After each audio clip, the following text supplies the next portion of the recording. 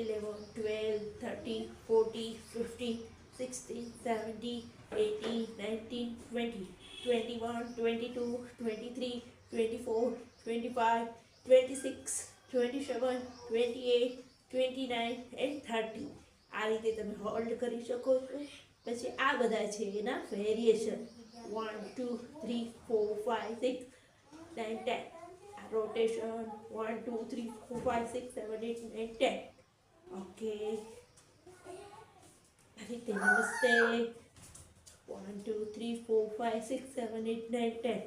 Okay, હવે બીજું આ વેરિએશન પદ્માસન 1 2 3 4 5 6 8 9 10.